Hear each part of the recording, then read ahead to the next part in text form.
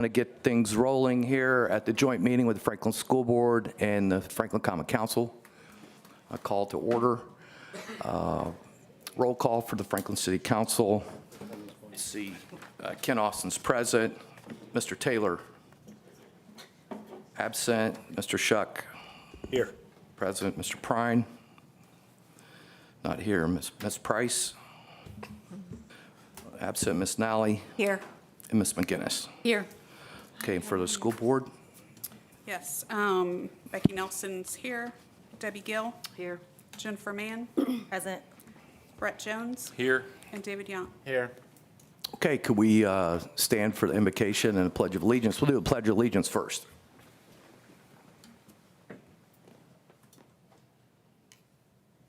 Pledge allegiance to the flag of the United States of America and to the republic for which it stands, one nation, under God, indivisible, with liberty and justice for all. Mr. Shuck, would you like to give the invocation? Sure. I like surprises. Bow our heads, please. Dear Heavenly Father, we thank you for this evening that we get together with the Franklin School Corporation and their council, their board, and our council. We pray for both entities, and we just pray for our city, pray for good decisions, and we pray for the future of Franklin. In your name we pray. Amen. Amen. Consent agenda, I don't think we need to approve anything. Mayor, is that correct? We don't need to approve the consent agenda. No old business, new business is the Franklin Mayor's Youth Leadership Council update with President Mr. Ben Warland and Maddie Moore, the Vice President. Thank you very much. So, yep, I'm Ben Moreland, and this is, And I'm Marnie Moore. we're here representing FMYLC, just to give you all kind of a recap of what happened last year and kind of show you kind of what we're handling with right now. So, Next slide, please. Thanks. So last year we had a very successful year. I served as the president last year. So I think our biggest project that everyone knows about, hopefully, is the lights we installed at the Youngs Creek pickleball courts. So that was very successful, and obviously that couldn't have been done without Houston Electric, City Council, Board of Works, so we're super grateful. They didn't do all the fundraising though. We did have a pickleball tournament, which is pretty successful, and it's just good to get the exposure and fundraising a little bit. We did the Christmas Angels, we sponsored a family, and we also did the winter market. Those are both annual things for us we enjoy doing just to get our name out as well. We also did the chili supper at the Elks Club, so this was our first time doing this. We just wanted to network with some people in Franklin, get their opinions about maybe some future projects we could do in Franklin. So that was really fun. We hope to do that again. And then out in front, maybe when you walked in, you noticed the generator is painted. That was one of our projects. Has some representations of Franklin, so it looks really nice. So those were some of the main things we did last year, and we want to thank everyone in the city that helps make it another successful year. Thanks. If you want to click on the next slide, I just wanted to include a picture of these lights because they're actually the prettiest lights I've ever seen. So I hope everyone enjoys them. Yeah. all right. So this year, it's a new year. So currently we're working on brainstorming for our next large project. I believe this Thursday we'll be voting on it. Right now, members have a form that they're filling out, submitting their ideas. We spent our first meeting brainstorming and talking in like small groups, so we're all getting really pumped for that. So that's one thing we're really excited about. And before that, we actually had a retreat where we kind of got a chance to kind of bond and get to know each other because we got a lot of new members, and some people, you know, if you're like me, sometimes you don't meet everyone, so it's just kind of, you know, nice to really get to know each other. And a new initiative we're kind of taking this year is we're trying to get a bit more involved and do some more things. So we're making new committees within the council to, you know, try to make smaller projects, you know, because we already do a bigger project, so we're trying to do some of the smaller things too. But as Marnie said, we're working on the power generator mural outside, as you've all seen, and we'd just like to specifically thank Taylor McHenry and Keegan Turner McQuinn, because they've been the two who have really like spearheaded that. Like they've done like 90% of that work, because not everyone in the councils, if you're like me, you're not very artistic, so, you know, they've just been very generous with their time and their efforts, so we thank them. And just thank all of you for being amazing in the community and supporting us and allowing us to just come up here and talk and just do the things that we can do. So thank you. Thank you. Thank you.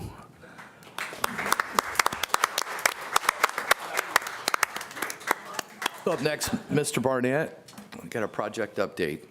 Okay, good evening, everyone. I want to thank the Mayor's Youth Council, President and Vice President. They just did a great job of presenting, and that's part of the role of getting on the Mayor's Youth Council is learning how government works and coming to these kind of meetings and being able to talk in front of people.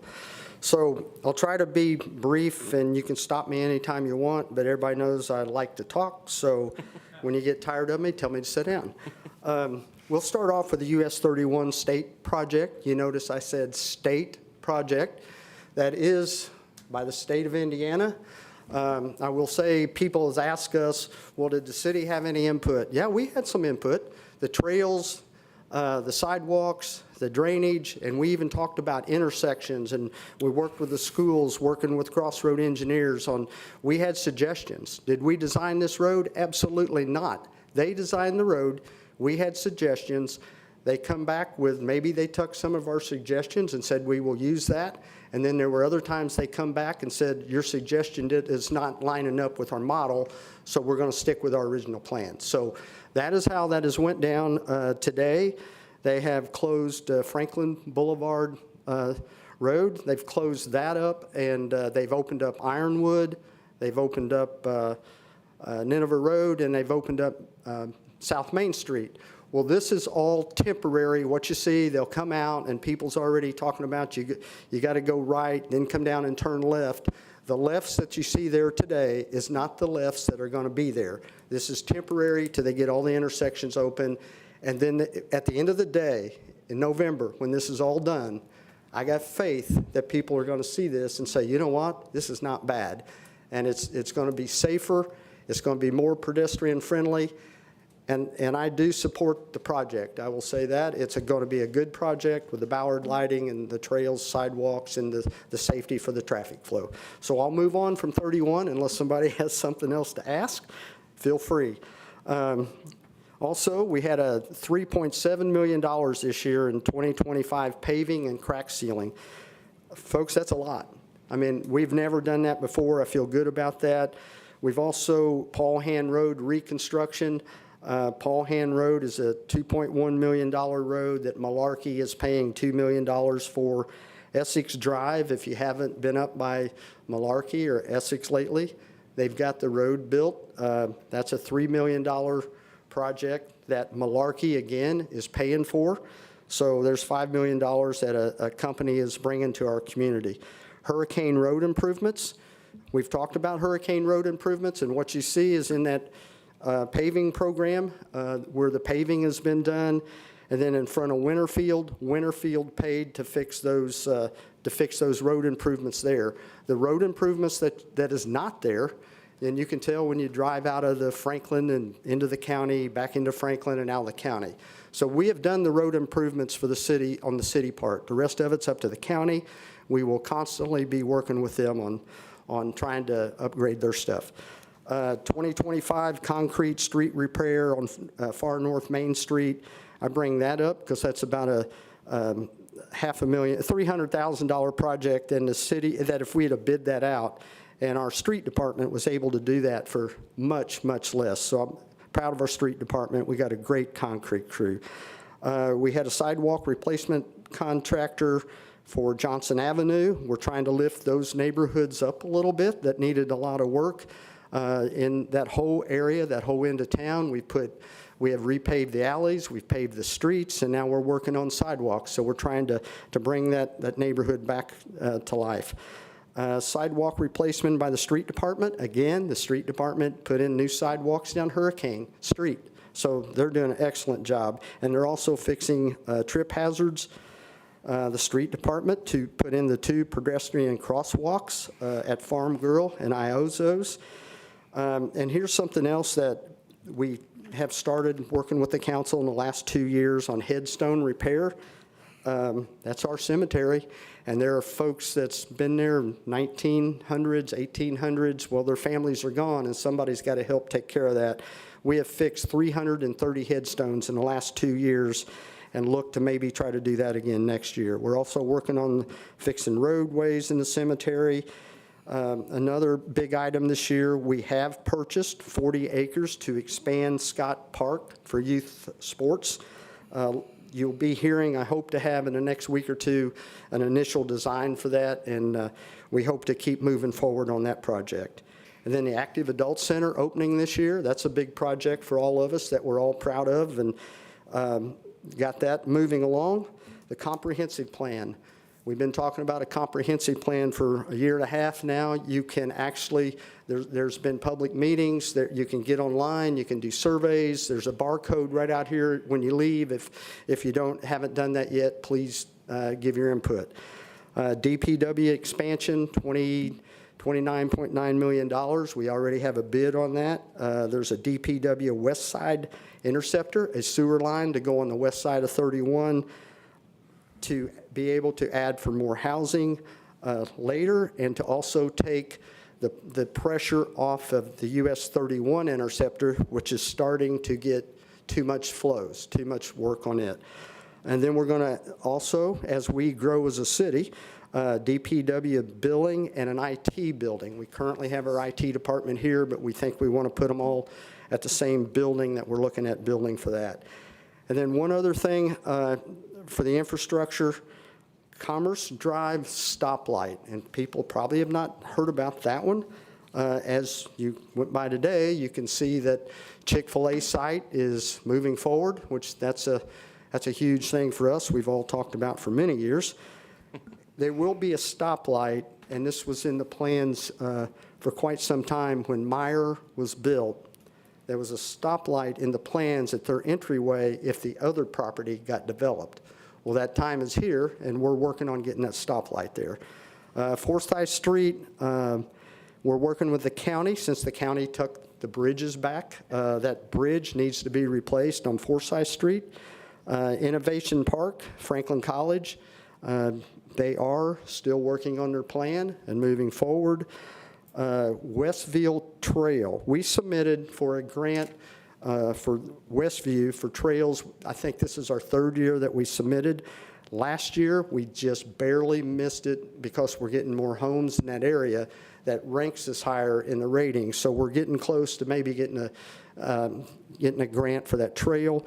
Earlywood and Hurricane Roundabout, we also submitted for a grant. We missed that by 1 point last year.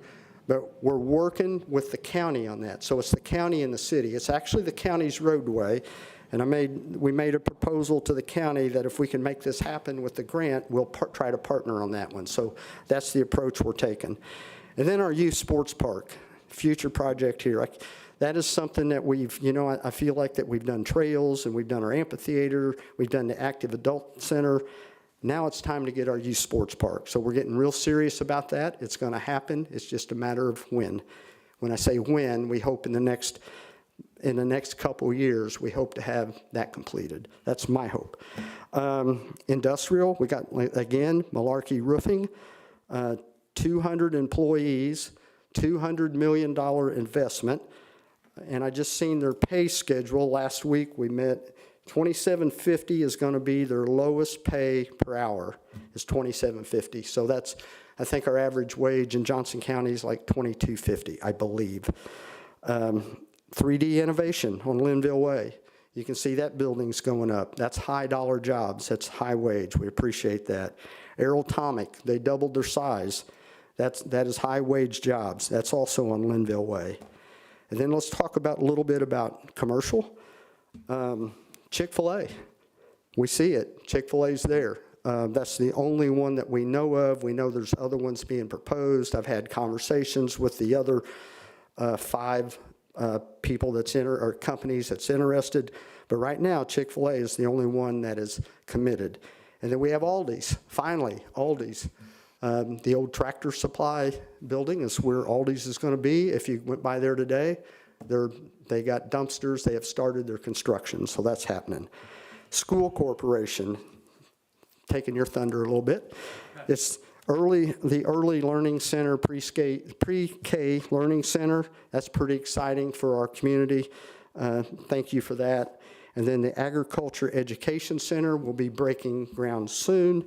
And then Johnson County, what's going on in our city with Johnson County, the mental health facility is getting closer every day to opening up. The probation and community corrections facility, they are building it out on their complex now by the jail. And then the recycling center on Graham Road, which still needs a little bit of work with the roadway. They had some issues with Duke Energy where they put their poles at. And then, of course, our courthouse, and I know people are, why is the county taking so long on the courthouse? I don't think people realize when that tornado hit Whiteland, and it also played havoc at our street department, played havoc right here on our tower, it twisted that tower. So it was, I don't want to say it was close to coming off, but it moved that whole tower, and they had to, that's why it's taken so long to fix that, and they're fixing it the right way. So I appreciate that. And then I just want to touch just a little bit on housing. What we have before you, I just wanted to, I know housing plays a big, important role in what the schools do or need for their planning. Right now, we have available 176 lots. Those are available. You can build on today. And then over here in the second from the last column, it says future lots. Those lots are not ready to go today, but we have 566 future lots that's approved that needs the infrastructure, the roads, and all of that built. So that's where we're at on the housing part. I don't have anything else to talk about. I could stay up here all day if you want to just keep asking me questions. So any questions? I have a question. So we've had some concerned parents, and I'm one of them, about the roundabout over on Commerce by the high school, getting a crosswalk there for our students that walk home from the high school. Is there any talk or discussion about that at all? So you're talking about a crosswalk from Simon Road to go on to Simon Road? Yes. Okay, the reason there hasn't been a crosswalk to go onto that is a county road. It's not a city road, and there's no sidewalks to cross onto. And that's a great question. Thank you for asking that, because it's a good time to get the word out on what's going on there. And I will tell you, we get emails every year when school starts and during the year about the kids walking out in the street and all that. It's a concern. I have met with the county commissioners several times. I think the last time I met with the county commissioners, Benji was there. I think my engineer, city engineer was there. The county engineer was there.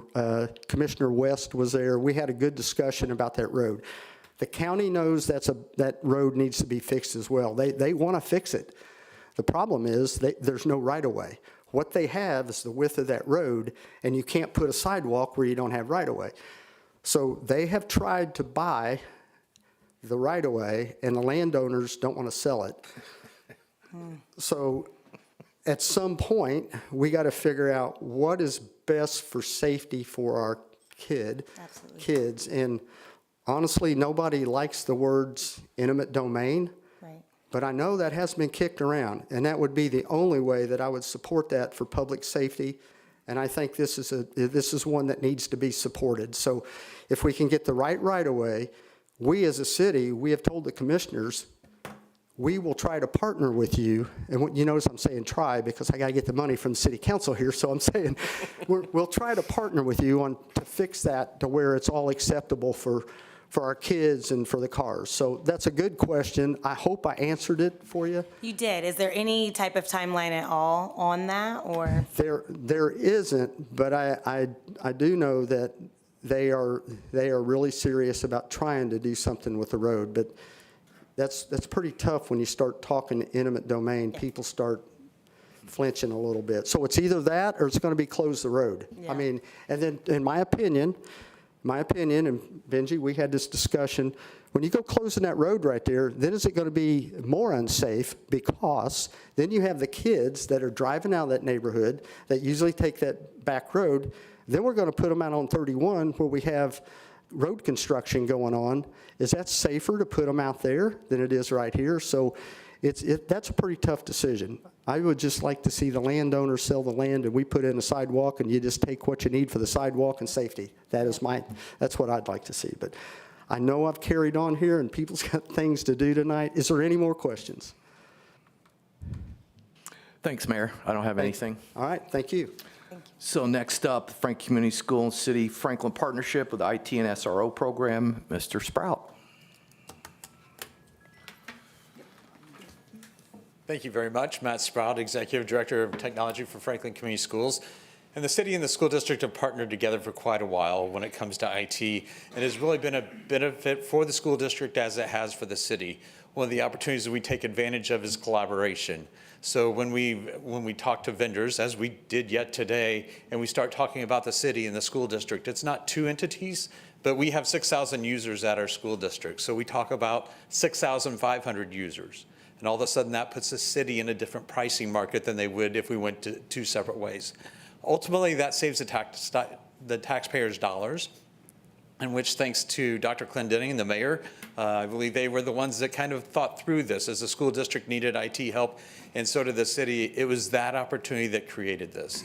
We've met with multiple vendors many times, and they're surprised at the collaboration and the benefit for our taxpayers, because obviously paying salaries and benefits is an expensive venture. And if we can partner together for that, it's definitely a benefit for our taxpayers. I'll defer to Dr. Clendenning on the SROs. Well, I'm going to start, and we're going to have Mr. Betts come up. First, I just want to say thank you to the city council and the mayor. Not many districts have 2 police officers that come every day and call that place their home to work. And it's a special place. I know our elementary schools in CBIS that have that are very honored and appreciative. And I just want to say thank you. I know the board, we had an executive session recently talking about safety and all the different things, because when parents send their kids to school, it's one thing that they expect is a safe place, a place where they know that if something happens, we're going to get immediate response. So I just want to say thank you to that. Mr. Betts does oversee the SRO program with Sheriff Cox. Doug is our de facto chief for us, and he then leads the other 4 officers beyond your 2 city officers. And so I'll send it to Benji, and he'll talk about SRO and then move into the projects. Just briefly, everybody kind of covered most of it. We do have 2 officers from the city, and we appreciate that partnership to help us out in our schools. We help pay for that through the school security safety grant that we apply for every year through the state, and use that money to help offset those salaries of our officers that we get with the city. And we'll continue to do that as long as the state still provides that and allows us, and we still have the partnership there. But it's just invaluable to have those 2 officers with us every day in our school district. I didn't know I was going next, so I'm going to try and grab. Oh, that's right, Dr. Warland's up next. But we'll adjust. We can go on the fly. I really should just sit back down. I think you covered it pretty well, Steve. We're done. We brought some boards. Take a peek. No, we did bring some of the visioning boards from the architecture firm that we work with, Schmidt Architecture. And so if you want to take a peek at those, the pre-K, the Cub Academy ones have been around a little bit, so they got a few dents and things like that. And then the one in the middle is for the agricultural center at the high school. Our first project, and try to get you some pictures of the different things we're trying to do. The high school project, for this project, we are adding the agricultural center, the barn there, for the students in our ag and FFA programs. We'll also be upgrading turf to turf fields for baseball, softball, soccer, and we'll also be putting in a band turf field as well, so that they can practice on what they're going to be performing on when they go and do their performances. Everywhere they go, they perform on turf. It's just a lot different nowadays. So they'll have their own spot to do that as well. With storage for them, we're also adding storage for choir and the Performing Arts Center up closer to the building. And then a hitting barn for baseball and softball between the varsity fields for baseball and softball out in the athletic area on our high school campus. Cub Academy, just a picture of where we are now. I think that picture was last week, but you're starting to see steel go up. And right now, with everything we've talked about with our general contractor, we are on pace to be finished by next summer and have this ready for next school year. It's going along very, very well, and you can see things going every day. We're also in the process now of talking about the interiors with our designers and what's going to go in there for our children that will be going to this new building in our district. Some of these things, when you see these, it's like, these are the ones that aren't quite as much fun to see, but are very necessary. The high school roof is a big project. We're getting a little, I think right about half of it redone right now. We tried to get as much as we could on the academic areas done over the summer.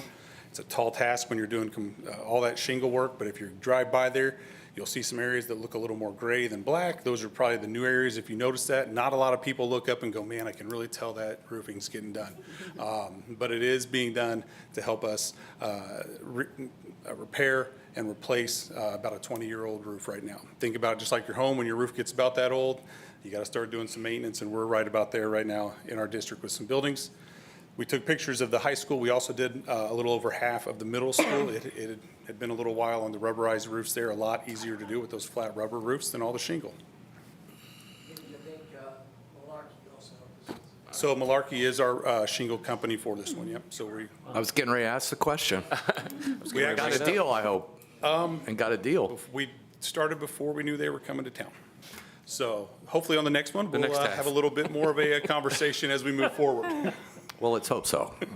They have contacted us, I believe, to say, can we use this as a little bit of a showcase? And so we'll be working with them as we move down the road too, I think. Seems like a home run.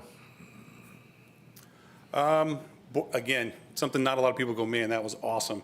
But we've done some HVAC and upgrades in our buildings. Again, we have had boilers that are 20, 30, 40 years old that we needed to upgrade. This one in particular is a pretty big one.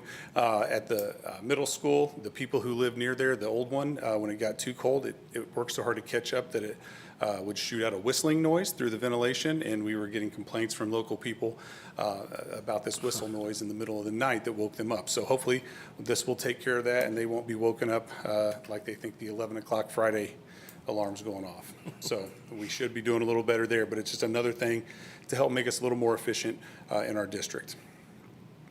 Over the last couple of years, we've also started to upgrade our playgrounds to make them accessible for all students. The first one we did both of Northwood's North and South playgrounds. This summer, the top one is at CBIS. It is complete now. One little piece we've got to fix, but it is all done. And the bottom one is Creekside. And so after, I think, September 22nd is our completion date. We ran into a couple bumps on Creeksides this summer. We should have all of those playgrounds up and accessible for all children at the places where we need those. And pretty neat stuff. The pictures our teachers send us of all kids playing on there together are pretty awesome. And it's a great thing for all kids to be able to get on and play with things with their peers. So pretty proud of those as well. We've also upgraded some things. Some stuff you may not realize, but if you drive by Webb, it might look a little different. We did some new paint on there.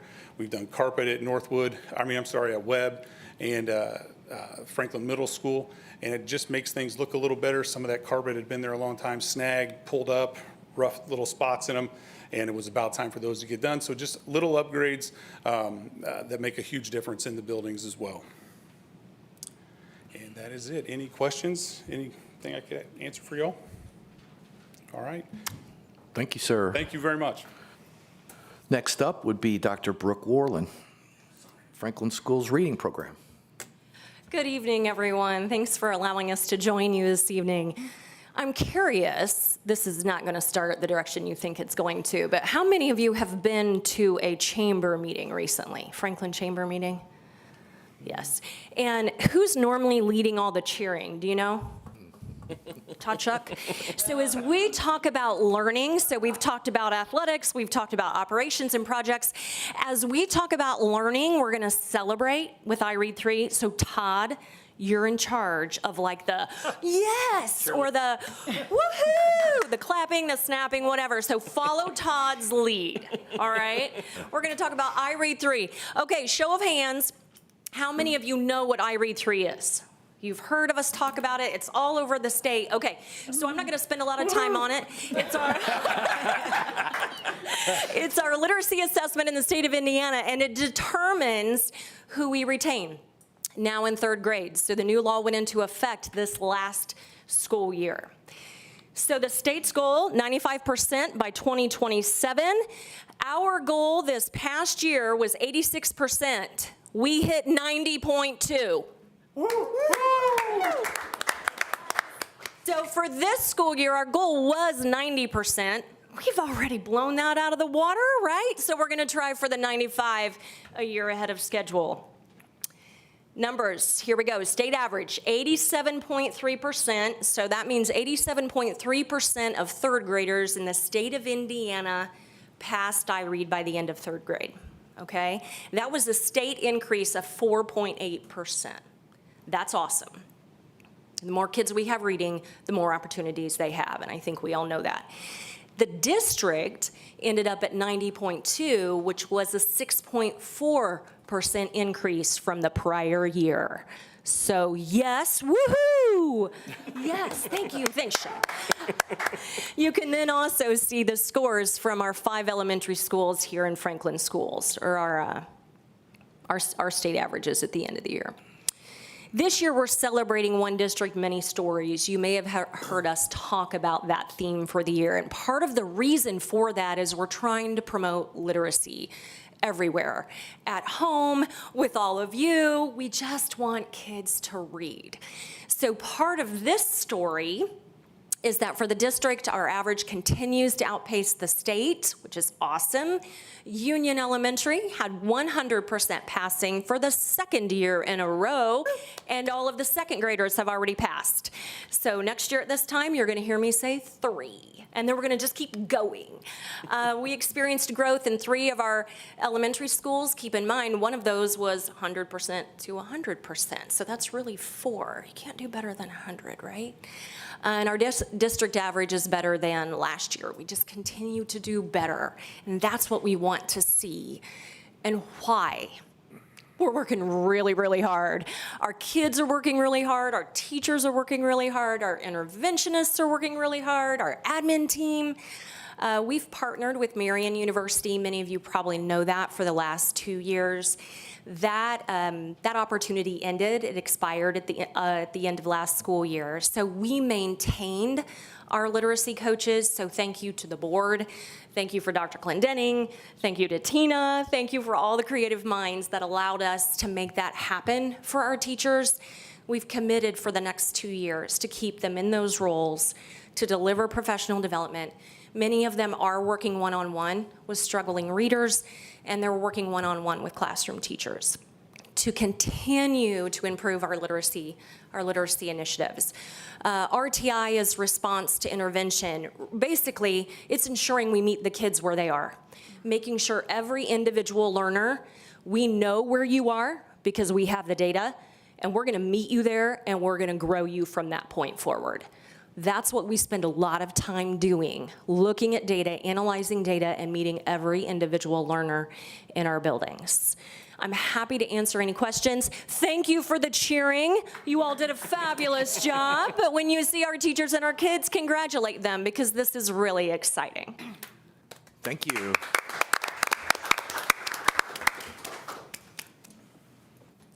Brooke, that was great. I'd almost say you're genuine Franklin.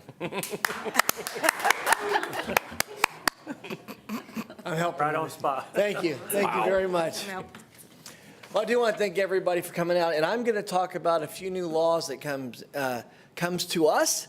We had over 24 come to us last year in the state of Indiana after General Assembly met.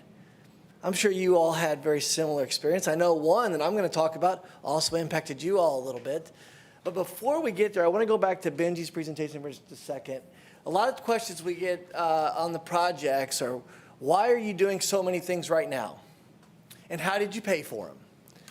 Well, if you go back to 2009 when I arrived, that's also the same time Circuit Breaker came on board with Governor Daniels. We had to defer maintenance on many things over many years. We've lost over $50 million, or we've not been able to attain $50 million based on circuit breaker impact. So once we started to see, and we've had our debt service payments, our rate come down, we've been able to then borrow some money and through bonding to help us with deferred maintenance. The most recent is a $30 million bond that we received back in 2024 for the preschool center, the upgrades to the high school, and then right before that, we also had another small bond to help us with the infrastructure you're seeing that Mr. Betts talked about. So if you get questions about, how is this school doing this? Didn't our taxes go up? Our taxes are actually going down from the school's perspective and what we're doing. AV has gone up. We've all talked about AV, right? Governor Braun talked about AV. We've all talked about AV. But we've been able to borrow money and actually lower the tax rate in terms of what's going on. Yes, we're putting some new field turf in at the high school. One of the things there is lost time for kids and going back to individual student growth and trying to help us. That's one thing we're trying to do is get captured time back for kids to do sports, to continue to grow, and also to give back to our community. We'll be using those facilities through different aspects and renting the facilities to also help us in the long-term future for that. We're excited about the ag facility, and we'll talk more about that. And on Friday, all of you, hopefully, you're invited at 9 o'clock to the back, to the north end of the high school where the ag barn will be built. We're going to have a groundbreaking ceremony, and the community has also partnered with us on that. This happened back all the way back in 2021, right when COVID and all the craziness was happening. The ag barn came to fruition. We were asked to be a part of it, and we welcome this, and we're really excited because it's not only just going to be about the animal side, it's also going to be about the production side and the different things and different ag economics that you can have inside of our facility to kind of propel them to that either career or that college pathway experience. So just wanted to hit a couple of those things. So what new laws did you know about? Well, the first one with the addition, subtraction, division, and multiplication, just like we had the reading law come into play 2 years ago, we now have a math law. It's going to almost be the science of math, if you will, created through the state of Indiana General Assembly. And one of the things that we're required is to have the same intervention strategies and program structure that we saw in reading. Listen, the pressure worked to help reading scores. If anybody would have told us 2 years ago, we're going to get, 86% of the state of Indiana and 90%, everybody would have said, no way. The threat of, everybody being retained, not retained, you know what? That created a huge partnership for everybody, and it worked. We're going to see the same thing in math. So that law goes into effect this year. The other thing that happened in math for acceleration, if you scored above proficient on the iLearn test, not the iRead, but the iLearn test, you got bumped up to the next level of math. And the only way for us to not have you go up was mom and dad say, no, I don't really want to go do that. We did have several students do that. We transitioned that into part of our high ability program. So those students were accelerated up with Dr. Hayden reviewing the data, and we were able to see that. That's a good thing. We're going to see numeracy come alive, I think, just like we saw literacy. The green hands-on dollars, one of the things Brooke talked about was literacy. We are now required to pay teachers that have a literacy endorsement a higher salary based on this collective bargaining. So we're getting ready to do that. And so from now on, if you have your literacy endorsement, you will receive a higher base salary based on that endorsement. Once again, that's a state law that I think is a good thing. That doesn't also preclude anyone from stopping to get their literacy endorsement. If you are a chemistry teacher at the high school, you can do the exact same thing and get a literacy endorsement as we continue to focus on what we think is really important, and that is making sure our kids can read. How about kids coming to school? That would be a good idea, right? I think for all of us, we saw COVID really take an impact down on kids not coming to school. And we saw a lot of different reasons why.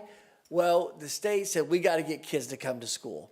So one of the things that they did, they've asked us to really kind of ratchet up the pressure to get kids to come to school. We've worked with the local authorities. When the kids receive, I think it's 15 absences unexcused, they get to participate with a hearing officer to kind of work on a strategy. In our school system, we now have, you only get 5 excused absences now before we start having impact on you. Now, if parents have arranged other things, they still can have those. You can have prearranged absences. The state law, for example, requires us to release kids to go to the state fair. And that doesn't impact on those 5 absences, but it's 5 per semester. We want kids to be in attendance, and it's a really important part. In order to learn, you got to be there. The best teachers to teach you are sitting in our buildings. Yes, we have a virtual school, and we love that. We have about right now 104 kids enrolled in that. But if you want a great learning experience, come to Franklin Schools. The teachers are superstars, and we're going to make sure that our kids come there and are aware of that and continue to work with moms and dads. SCA 1, you guys have heard about that great bill, right? You know, there's going to be a few changes that happen with SCA 1. For the local homeowner, they're going to see a reduction in their property tax. We're also going to see several other things. I think as Mr. Jones talks sometimes, it's a 400-page bill that has a lot of stuff in there, right? You know what? I think we're going to be able to figure some things out with this, with SCA 1, but I do want people to understand we will see some changes. One of the things that we've already started is the mayor and I and Mr. Jones, wearing his hat from the city, have met and talked a little about what can we do to continue the partnerships. We heard about an IT, but what are some other options that we could come together on? Because we're both going to be impacted. I think we're going to be able to figure it out. I love the systemic thinking that we have here in our district that can do some things, and I think this will be a vehicle for us to continue to have that conversation. Obviously, 2028, we're going to see a lot more changes as it travels forward, but I think a lot of time between now and 25 to 28 is going to have some significant opportunities for engagement. So I'll just leave it at that for SCA 1. And the last one, ISHAA. This is one that's kind of an interesting one. You can now transfer to any school in the state of Indiana for an athletic reason. It used to be the law said you could not do that. That was specifically written into the law. You cannot transfer to a school for an athletic reason. That is no longer true. So if Ann wants to go play with Irene on the same tennis team and their parents say yes, you can go do it. The schools cannot say no. You think, well, why would they do that? That's a really good question. A couple of things that come into play and why they changed this law. ISHA struggled on trying to determine what was a valid reason to transfer. If you looked at the data, it was like, why did this kid get no eligibility loss, and why did this kid not get to play in a varsity sport? And there were a lot of lawsuits that was created around that, so they've removed that. I also think that we're probably going to start seeing a different structure with regard to dollars coming into the ISHA and to sports. You've heard about NIL at the collegiate level. I think you're going to see NIL in the future of high school sports. Wow. If you look to Georgia and I think it's Texas, they already have NIL for high school athletes. So that wasn't written into the law. That's Dr. Clendenning hypothesizing what could happen. But, you know, we know that sports is a big ticket. It's a reason why kids transfer right now. And now this law just creates a pathway for that to happen if they want it to happen. So those are some of the laws that are impacting us as we think about what's this school year look like. You know, I love our journey. I love our admin team and the principals that sit around and try to figure out how do we make the best for our school district. And I do think we have a very good school district. The mayor talks about the growth in the community and the different homes. We had IU study, and it's about a half a kid for every new home that you're seeing come to us. So if we're going to continue to grow and continue to provide opportunities, we know that that's what that's going to look like. By creating the preschool academy and different things, that's going to be our growth. We're going to free up classroom space in the elementaries. Our middle school, intermediate school, and high school have room to grow. We won't have to add to them. We may have to modify some things, but we have room to grow as we continue to grow for Franklin. And I do want to say, continue to put those bike paths in. They're a great thing.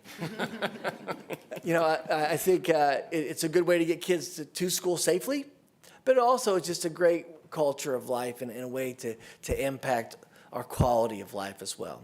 So thank you for listening, allowing us to be a part. Before I get off the mic, I do want to thank one other person. Tina Gross is here. Tina has decided that in May, I can't believe this, but in May, she's going to say goodbye to us. She is going to retire at the end of this school year. And so this will be her last joint city council meeting. So I just want to publicly thank her for her years of CFO at our district.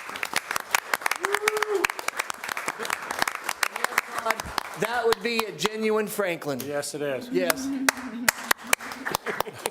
Thank you very much for allowing this meeting to take place tonight, and that's all I have. Thank you, Dr. Clendenning. See anyone else? I don't have anything for other business. Got announcements and public comments. Got any public announcements? Anyone? Mr. Young, have anything? No. Okay, no public comments. Need a motion to adjourn. So moved. Second. All in favor, say aye. Aye. Aye. Thank you. Thank you. That was all necessary, but whatever.